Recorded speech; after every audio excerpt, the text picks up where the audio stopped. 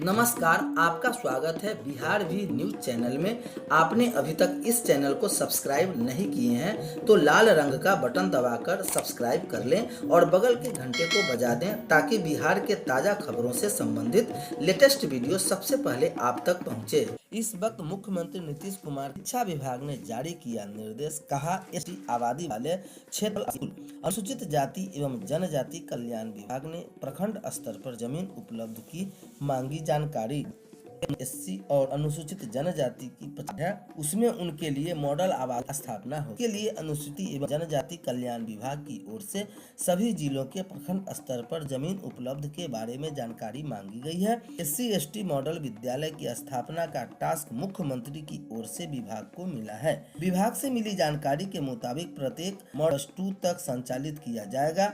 एक स्कूल की स्थापना पर करीब 5.5 करोड़ रुपए खर्च होंगे। प्रधानाध्यापकों, शिक्षकों, कर्मचारियों, छात्रावास वार्डन समेत अन्य पदों का सृजन एवं स्वीकृति, नए स्कूलों एवं छात्रावासों के निर्माण, अत्याधुनिक पुस्तकालयों, कंप्यूटर लैब, रिसर्च सेंटर और व्यावसायिक प्रशिक्षण केंद्रों की स्थापना होगी। इसके अतिरिक्त विभाग द्वारा एससी एसटी वर्ग के विद्यार्थियों के पुराने छात्रावासों को मरम्मत और आवश्यकता अनुसार नए छात्रावास का निर्माण के बारे में प्राक्कलन रिपोर्ट मांगी गई है। 80 विद्यालयों के व्यावसायिक पाठ्यक्रम संबंधी प्रशिक्षण मौजूदा समय में प्रदेश के 65 अनुसूचित जाति आवासीय विद्यालय एवं 15 अनुसूचित जनजाति आवासीय विद्यालय संचालित है, जहां नए साल से व्यावसायिक पाठ्यक्रम में 6,000 छात्र छात्राओं को प्रशिक्षण दिया जाएगा। ऐसे छात्र छात्राओं में स्किल डेवलपमेंट पर ज़्यादा जोर दिया जाएगा ताकि 12वीं कक्षा की पढ़ाई पूरी करने के बाद आसानी से रोजगार की अवसर पा सकें। इधर अगली खबर आ रही है, इग्नू जनवरी सत्र के लिए 31 तक ले online admission. Indira Gandhi national open university IGNOU में जनवरी 2022 सत्र के लिए नामांकन की प्रक्रिया शुरू हो जाएगी।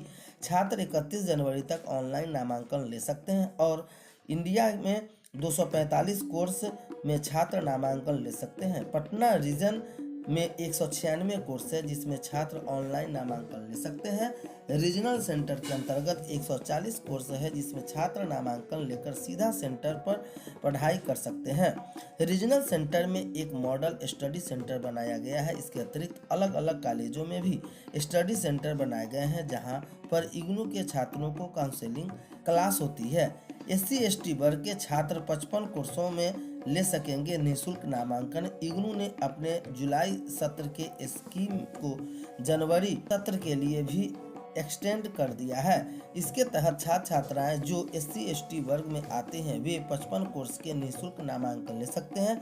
इससे ज्यादातर स्नातक सर्टिफिकेट कोर्स, पीजी डिप्लोमा आदि कोर्स शामिल है। इसकी सूची बीबी के वेबसाइट पर उपलब्ध है। इसके लिए उनके अभिभावक की आय 2.5 लाख रुपए सालाना से अधिक नहीं होना चाहिए। इसका सर्टिफिकेट उन्हें प्रस्तुत करना होगा। इग्नू के क्षेत्रीय निर्देशक डॉक्टर अभिलाष नायक ने बताया कि छात्रों को ऑनलाइन नामांकन में किसी तरह की कोई परेशानी होती है तो छात्र रीजनल ऑफिस आ सकते हैं। यहाँ स्टूडेंट फैसिलिटी सेंटर में छात्रों का निःशुल्क ऑनलाइन नामांकन हो जाएगी। कोर्स की अधिक जानकारी के लिए छात्र इग्नू के वेबसाइट देख सकते हैं। उन्होंने बताया कि जो छात्र स्टडी मटेरियल नहीं लेंगे उन्हें 25% की छूट फीस से मिलेगी।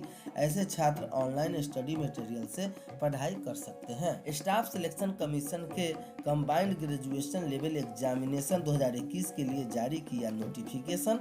कहा, स्टाफ सिलेक्शन कमीशन के कंबाइंड ग्रेजुएट लेवल एग्जामिनेशन 2021 के लिए नोटिफिकेशन जारी कर दिया गया। इच्छुक उम्मीदवार ऑफिशियल वेबसाइट के माध्यम से 23 जनवरी 2022 तक ऑनलाइन आवेदन कर सकते हैं। शैक्षणिक योग्यता उम्मीदवारों की मान्यता प्राप्त संस्थान से ग्रेजुएशन सीए की डिग्री हासिल की हो। विस्तृत जानकारी ऑफिशियल वेबसाइट उपलब्ध है।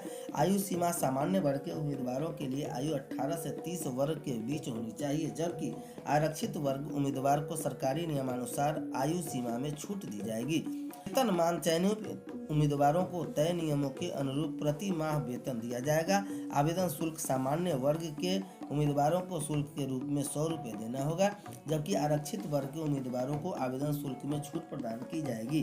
कैसे करें आवेदन? इन पदों का काम करने के इच्छुक उम्मीदवार ऑफिशियल वेबसाइट https ssc.nic.in के माध्यम से आखिरी तारीख से पहले ऑनलाइन मोड में आवेदन कर सकते हैं। चयन प्रक्रिया योग्य उम्मीदवारों का चयन टायर 1, टायर 2, टायर 3 तथा टायर 4 के आधार पर लिया जाएगा। नो बैन सरकारी कर्मी को बोलेगा। कोर्ट ने निलंबन किया खारिज, रैली में जाने पर महिला पर हुई थी कार्रवाई। अदालत ने अब यह बात साफ कर दी है कि किसी भी सरकारी कर्मचारी को किसी भी बात पर बोलने से रोक नहीं जा सकता है। वह चाहे तो अपनी बात किसी भी माध्यम से कभी भी और कहीं भी रख सकता है, इसके लिए उसे रोका नहीं जा सकता है। अभी तक यह माना जा रहा था कि सरकारी कर्मचारियों को राजनीतिक मामले और विशेष रूप से वर्तमान दौर में चल रहे सोशल मीडिया में कमेंट लिखने जैसे मामलों पर कार्रवाई से जूझना पड़ता था, जिसके कई मामले देश में आ चुके हैं। ऐसे ही एक मामले में त्रिपुरा हाईकोर्ट ने अपना फैसला दिया है। त्रिपुरा हाईकोर्ट ने बेहद महत्वपूर्ण फैसले में राजनीति रैली में शामिल होने और फेसबुक पोस्ट लिखने के कारण नौकरी से निलंबित हो गई एक महिला कर्मचारी का निलंबन खारिज कर दिया। कोर्ट ने कहा कि सरकारी कर्मचारी को बोलने की आज़ादी है। लिपिका पॉल नाम की याचिकाकर्ता को उनके रिटायरमेंट से 4 दिन पहले ही राज्य मछली पालन विभाग के दिसंबर 2017 में एक राजनीति कार्यक्रम में भाग लेने और फेसबुक पर राजनीति पोस्ट लिखने के कारण निलंबित कर दिया गया था। केरल में हुआ था ये ऐसा, जहां पिछले साल केरल हाईकोर्ट ने व्हाट्सएप पर केरल के मुख्यमंत्री पिनाराई विजयन के खिलाफ कथित रूप से अपमानजनक टिप्पणी प्रसारित करने के कारण निलंबित किए गए KSRTC कॉन्ट्रैक्टर को बहाल करने के लिए राज्य के निर्देश दिया गया था। जस्टिस मोहम्मद मुश्ताक ने अपने आदेश में कहा था कि किसी को भी सरकारी कर्मचारी होने के नाते उसे उसके विचार व्यक्त करने से मना नहीं किया जा सकता है।